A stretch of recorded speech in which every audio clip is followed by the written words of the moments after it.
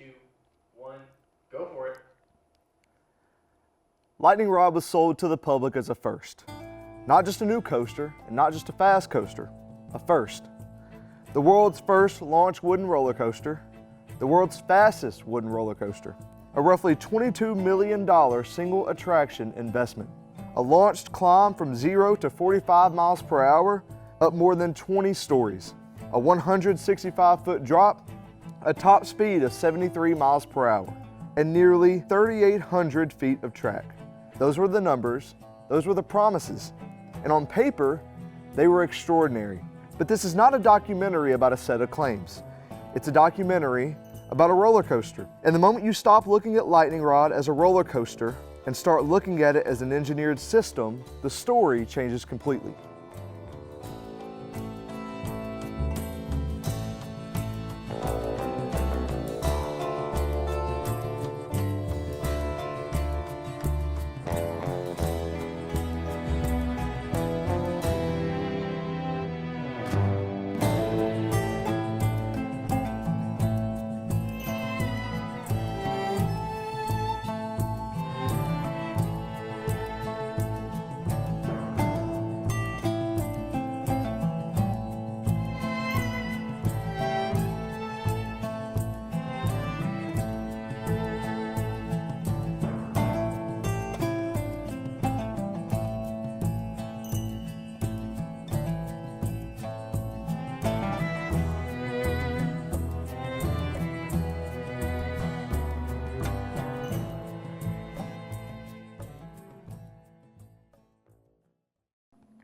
Because the central question is not whether Lightning Rod could launch once. The public record suggests that it could.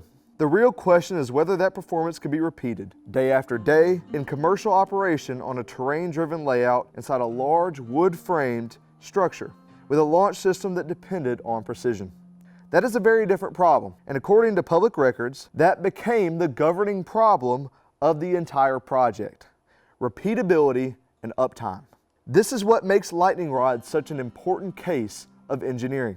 The ride did not merely suffer from bad luck or isolated maintenance issues. The evidence supports something much more instructive than that. It points to prototype level risk in commercial operation. Much of the ride is not publicly documented. There is no first-party component level post-mortem naming a final root cause of the issues that plagued Lightning Rod during its launch or its wooden track days. Claims about exact causes like magnet misalignment from wood movement or control loop tuning in as the dominant failure remain unverified unless corroborated by direct technical disclosure.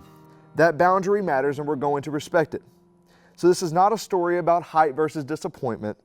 It is a legitimate engineering case presented cinematically. We are going to reconstruct what this system needed to do, how it was built to do it, where the constraints emerged and how those constraints showed up in real day-to-day operation, and why the final answer was not to perfect the original idea, but to simplify it.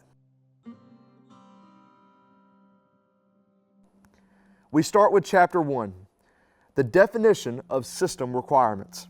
Before Lightning Rod ever opened, its requirements were already unusually aggressive. Official operator and affiliated materials established the dominant public design targets: accelerate riders from 0 to 45 miles per hour, up more than 20 stories on the lift hill, reach a top speed of 73 miles per hour, descend 165 feet, and carry that energy through about 3,800 feet of terrain-driven track.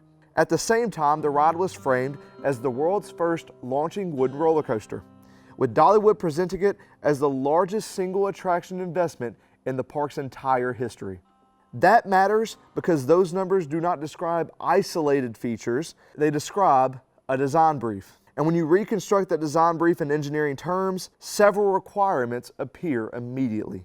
First, the system needed to inject a large amount of energy very early in the ride, and do it on an incline, not on level ground. That is already a more difficult propulsion problem. Second, it needed to do that repeatedly, not just under ideal conditions, but under normal park operation. Third, it needed enough energy margin to maintain a long terrain layout with recompression valleys, direction changes, and multiple non-trivial uphill demands after the first drop. And fourth, it needed to do all of this on a structure whose frame was fundamentally wooden. This is where physics become useful. Not because we need to solve the ride in full, because the governing relationships tell us what engineers were forced to care about. For the launch climb, the key relationship is energy. Kinetic energy and potential energy both matter here. The train is not just being accelerated, it is also being lifted. So the system has to provide enough total energy to increase speed and increase height at the same time. In simple terms, the launch is not only overcoming inertia, it is paying the energetic cost of climbing the hill while trying to establish a repeatable crest condition for everything that follows. Research done on the ride recommends using energy and average power here not as a classroom exercise, but to explain why the up-the-lift launch is power hungry and mass sensitive. That leads to a commercial reality that official marketing did not need to state explicitly, but operations certainly had to care about. We note that public materials do not state target people per hour, target dispatch interval, target train count, or block zone spacing, but those hidden requirements are often the ones that decide whether a high-power launch can actually function at scale. If a launch only works some of the time or only under a narrow envelope, then the attraction may be spectacular as a demonstration and still fail as a commercial machine, a roller coaster. Terrain added another non-negotiable requirement. Official construction updates emphasized Dollywood's undulating topography and the fact that much of the track would be hidden in the hills. You can't see most of Lightning Rod from the actual area of the park. That means Lightning Rod was never a compact out and back that could spend its energy in a simple, predictable pattern. It was committed to a terrain-following geometry, where the train's energy state would vary continuously upon hills, valleys, and transitions. That increased the demand on the launch. Because early energy could not simply be spent for spectacle, it had to be budgeted for the entire course of the attraction. So, even before we talk about failures, the requirements already have shown us what the problem is. Lightning Rod needed high instantaneous tractive effort on an incline, tight train-to-train repeatability, enough energy margin for a long and terrain-driven layout, and commercial reliability. All of this had to be inside a structure where wood remained the primary frame. We conclude, Chapter 1 is important. If the launch could not deliver consistent crest conditions, talking about the top of the lift hill, then everything downstream, including block logic, braking margins, energy profile, and capacity, became fragile. The propulsion subsystem was not just one component among many, it was a system-level gate. Chapter 2. We look at system architecture reconstruction. Once the requirements are clear, the architecture begins to make sense. Today, Dollywood describes Lightning Rod as a unique hybrid track structure using both wood stack chopper track and steel I-box track atop a massive wooden frame. The current official ride page also identifies the train format clearly: 12 cars, 2 riders per car, and 24 riders per train. Rocky Mountain Construction's current project page reflects the post-redesign condition and classifies Lightning Rod as a hybrid I-box coaster with a chain lift. But originally, multiple credible sources described the lift as a linear synchronous motor launch, including the park's later changed messaging and earlier reporting that called it a magnetic-powered linear synchronous motor up the hill. So what did the original architecture look like as a system? We recommend modeling it as a coupled electromechanical chain. Now what does this mean? The grid power feeds power conditioning and energy storage. That energy is sent through inverters or drive electronics into segmented stator sections on the lift. Those stators intersect electromagnetically with reaction elements on the train. The train then transfers that motion through its wheel assemblies into the track running surface, which transfers loads into the wooden frame and foundations. On top of that, sensors, safety controls, and block logic monitor position, speed, and system state to determine whether the ride can continue operating safely.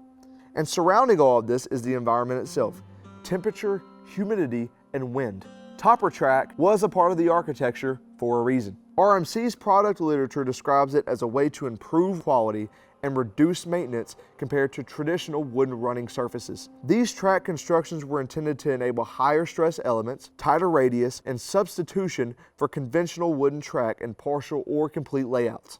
In other words, the track technology was not just cosmetic. We weren't just putting metal on the top of the track for no reason. It was a structural and geometric enabler for a layout that imposed more demanding loads than traditional wood track would comfortably tolerate. The launch supplier also matters. Velocity Magnetics publicly claims that its technology powers Lightning Rod, and it describes its offerings in terms of high voltage solid-state energy storage and high-power electromagnetic launch systems. Meanwhile, a trade feature cited in the dossier credits Irvine Andre Engineering with a significant role on the control side. What we do not have are first-party disclosures of the exact programmable logic controller, safety controller architecture, sensor suite, or block zone logic. So we can identify the categories of the subsystem, but we cannot present an official component map that the public record does not provide. This is the key architectural point. Lightning Rod was not simply a wooden coaster with a launch added onto it. It was a tightly coupled electromechanical system in which propulsion, controls, train dynamics, track interface, and structural load paths were all interdependent. And when the park later replaced the launch with a chain lift, it did not merely alter the opening moment of the ride, it simplified the most uptime critical zone by replacing a high-power precision propulsion subsystem with a much more mature mechanical traction system. That single change tells us a great deal about where the system's real burden was concentrated. Now we move into Chapter 3, which is the subsystem interaction and constraint mapping. The documented facts are already enough to establish the shape of the conflict. The ride used an LSM launch on a steep lift. It sat on what official materials describe as a massive wooden frame. It operated under weather-related boundaries, including extreme temperatures and wind. It followed terrain rather than a simple compact layout. And later, it underwent both large-scale track changes and the ultimate removal of the launch itself, both explicitly framed around uptime and consistently. That is the documented rail. The reverse-engineered rail begins with geometry and precision. Linear synchronous motors depend on electromagnetic coupling across an air gap. Academic references and manufacturer technical materials in our dossier both treat the air gap as a key performance variable. In simple terms, if the geometry between the active motor system of the launch and the train's reaction element, which is on the bottom of the train, changes, thrust changes. That does not prove what happened on Lightning Rod at a component level, but it does establish the kind of precision dependence that a system inherently has. Now, we add the wood to the equation. The USDA Wood Handbook cited in our dossier explains that below fiber saturation, wood changes dimension as moisture content changes. Basically, as wood becomes moist, the overall structure of it changes. The saturation, the wetting of this wood changes the dimensions. It makes it slightly smaller, slightly larger. That means shrinkage, swelling, warping, and variability are not speculative ideas. They are normal engineering realities of wood as a material. Again, that does not prove a specific magnitude of structural movement caused the Lightning Rod's launch problems, but it does prove that a large wood structure is not a perfectly invariant reference frame. The launch wants repeatable geometry. It wants it to be the same every single time. It wants repeatable coupling, repeatable train behavior, and repeatable crest conditions. It doesn't want change. The structure lives in temperature swings, humidity changes, wind, wear, and load cycles. The terrain layout then demands that whatever energy state leaves the launch must be good enough to carry the train through the rest of the ride. Individually, none of those demands are impossible. Together, they create an architecture where subsystem sensitivity compounds on top of one another. This is also where the transmission of force matters. For valleys and high-speed transitions, the governing relationship is centrifugal loading. As speed rises or radius tightens, the required inward acceleration rises sharply. That translates into larger normal forces in valleys and high-stress zones. The dossier that we have created recommends using these relationships not to overcalculate the ride, but to explain why certain zones become maintenance hotspots and why a system might eventually harden specific areas by migrating from topper track to I-box track. Then we have power. The launch climb is not only a problem of energy, it is a power delivery problem. Power required depends on how much energy must be delivered and how quickly. If the system has to accelerate the train and lift it uphill in a short time window, then the power demand is substantial. It requires a very large amount of power. That is why our dossier recommends, when we reverse engineer the attraction, that treating the launch as a power pulse problem tied to energy storage and drive electronics, rather than merely a speed number in a marketing graphic as you see on Dollywood's website. Put all this together and the conflict that plagued the coaster becomes clear. Lightning Rod was trying to combine high thrust demand, precision-dependent propulsion, a terrain-driven energy budget, high-stress force transmission, a wood frame structure, environmental variability, and commercial repeatability in one machine. That is why the central framing of what lightning rod's problem is so strong. It's not that the rod was necessarily impossible, not even that the rod was doomed to fail to begin with, it was just extremely over-constrained. We now move into Chapter 4, which is the deployment of real-world technology. Once the system moved from design to deployment, the public record began to validate that model. In mid-March of 2016, Dollywood publicly postponed lightning rod's opening, saying that the rod would not be ready for grand opening weekend because the manufacturer, Rocky Mountain Construction, requested additional time to commission it. Secondary reporting, reflecting the park's own framing, emphasized that this was new technology never before used on a wooden roller coaster. That phrase matters because it implicitly acknowledges novelty at the subsystem level, not just novelty in branding. Technical rehearsal began on May 23, 2016. The ride officially opened to guests on June 13, 2016. Shortly after opening, it closed again due to a mechanical recall ordered by the manufacturer, Rocky Mountain Construction, with local reporting indicating that it at least temporarily returned to something like technical rehearsal operation. By September 5, 2016, local reporting stated that the park confirmed lightning rod was no longer in technical rehearsal mode. A normal attraction opening story is not defined by extended commissioning, delayed readiness, continued rehearsal style framing, and an early manufacturer ordered recall. Even without access to the private engineering logs, the public chronology strongly suggests that the system did not meet the intended reliability envelope at the planned opening date. It is explicit on point to note that it is one of the most defensible conclusions in the entire case. Lightning rod was simply not ready to open to the public. Not because it wasn't safe, just because it was not ready, it was not reliable, it was not ready to be consistently open. Now, this is also where the distinction between demonstration and operation becomes important. A prototype can sometimes function in a controlled or narrow envelope before it functions as a commercial product. Lightning rod's early history is consistent with exactly that pattern. It could exist, it could run. But deployment showed that the question was not whether the rod concept could be realized at all. The question was whether it could enter the park's normal operating rhythm with acceptable consistency. And the opening year chronology suggests that the answer, at least initially, was absolutely not. We move into Chapter 5 where we cover failure mode analysis. By 2017, the signal of the problems that the reliability had caused was difficult to ignore. A local report cited the park's public relations director saying in 2016 lightning rod had been closed 70 of 183 operating days, and in 2017, at the time of reporting, it had been closed 40 of 82 days. The framing from the park was that the rod was still open more than it was closed, but from an engineering standpoint, those numbers mattered because they quantify the core problem. Uptime was under extreme pressure. The first issue was technology readiness. The opening delay was explicitly tied to commissioning and to the novelty of the system. The second problem was early component failure. The opening year shutdown connected to a manufacturer recall of a mechanical part. Third, maintenance and uptime pressure that later helped motivate track changes. And fourth, the launch system's central role in the eventual uptime narrative, accumulating in the 2023 redesign language about consistency and efficiency. Now, what we cannot do is overclaim. Nowhere says, as a matter of fact, that closed-loop control tuning was the primary issue. There's also no way to say, as a matter of fact, that one exact subsystem was solely responsible, such as the launch or the wooden structure. So what can be said rigorously? The observed mitigation path is consistent with a system whose limiting factor was repeatable daily operation under variable conditions.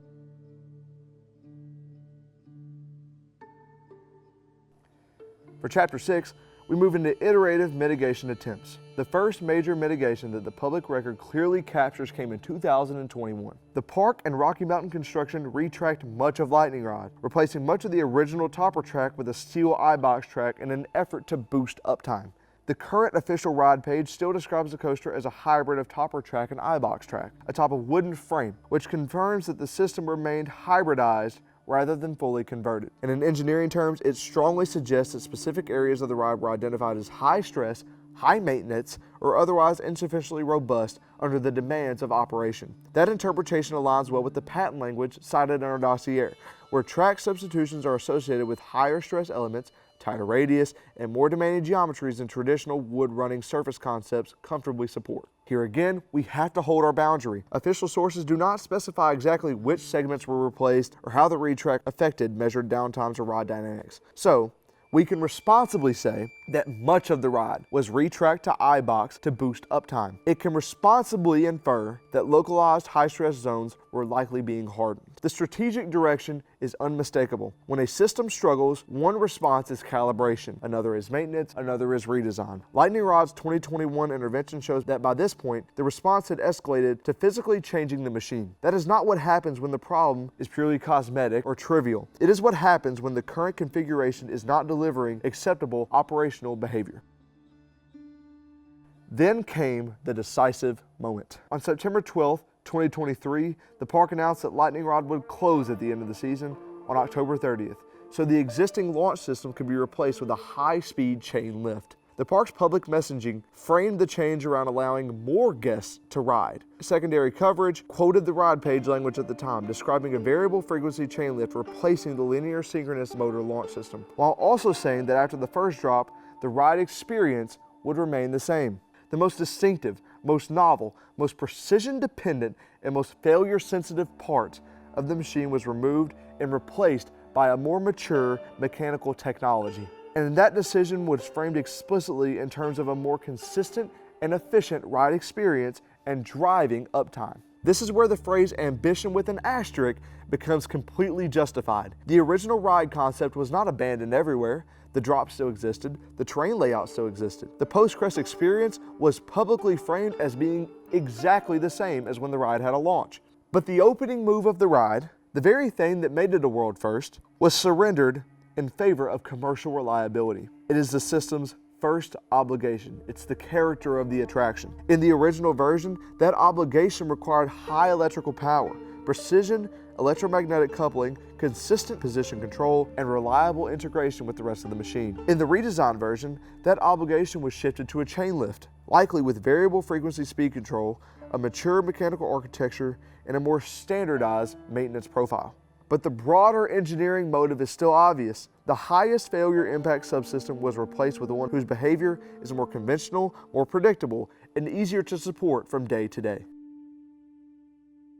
We now move into Chapter 8, which is the final system evaluation. So, what is Lightning Rod now? Officially, it remains a hybrid coaster with approximately 20 seconds of airtime, operating on a mix of topper track and iBox track atop of wooden frame. The manufacturer's current project page aligns with that reality, classifying it as a chain-lift hybrid iBox coaster.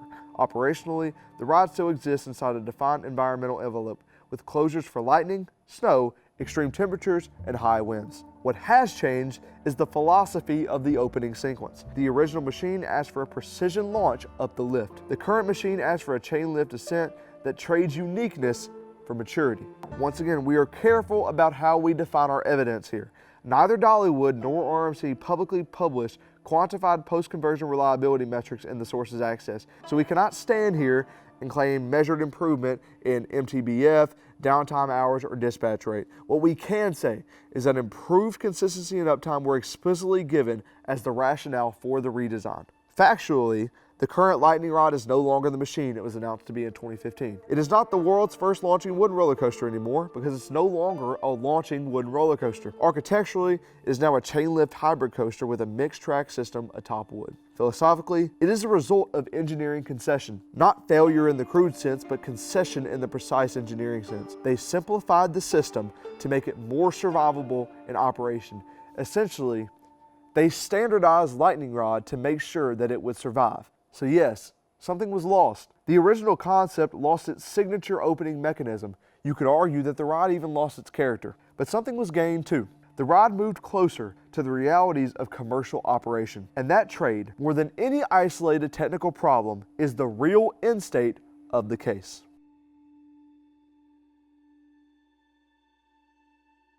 We move into our final chapter, Chapter 9, which is our engineering conclusion about the risk of a prototype. Lightning Rod teaches a very specific engineering lesson. Prototype risk is not primarily when a system breaks. Prototype risk is when a system varies. It works in some envelopes and struggles in others. It performs under one set of conditions and resists repeatability under another. Extended commissioning, technical rehearsal, early shutdowns, quantified downtime, structural hardening through retracking, and finally, the removal of the unique launch subsystem in favor of a more mature one, all under a public language of consistency, efficiency, and uptime. This is why lightning rod matters beyond dollywood, because it demonstrates what happens when multiple demanding subsystems are integrated before all operational constraints have been fully validated in the real world. A precision propulsion subsystem, a large wood frame structure, a hybrid track concept, a terrain-driven layout, a commercial park environment. Each one is manageable by itself. Together, they create a system where variance matters more than peak capability. And that is the asterisk attached to engineering ambition. Ambition is not in itself the problem. In fact, without ambition, lightning rod would have never existed at all. The problem is assuming that a successful concept demonstration and a commercially repeatable system are the same thing. They are not. It could be historically important and operationally burdensome. It could prove what was possible and at the same time prove why possibility is simply not enough. The public record does not support a neat villain, not wood alone, not controls alone, not even the launch alone. What it supports is a harder, more valuable answer. Lightning rod was a prototype level engineering achievement placed under commercial expectations. And when those expectations collided with real variability, uptime became the final judge. Lightning rod is still extraordinary, but not for the reason it was announced. Not because it stayed exactly what it promised to be, because it reveals in public what engineering usually hides behind closed doors. The distance between innovation and operation, the cost of precision, the burden of repeatability, and the fact that in the real world, the machine that survives is not always the machine that was imagined first.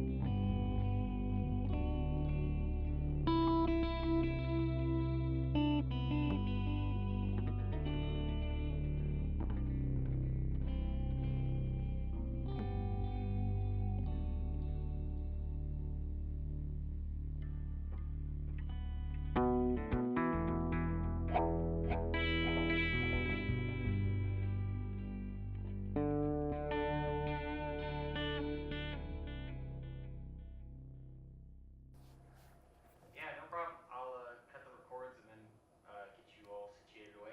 All right, awesome, thank you.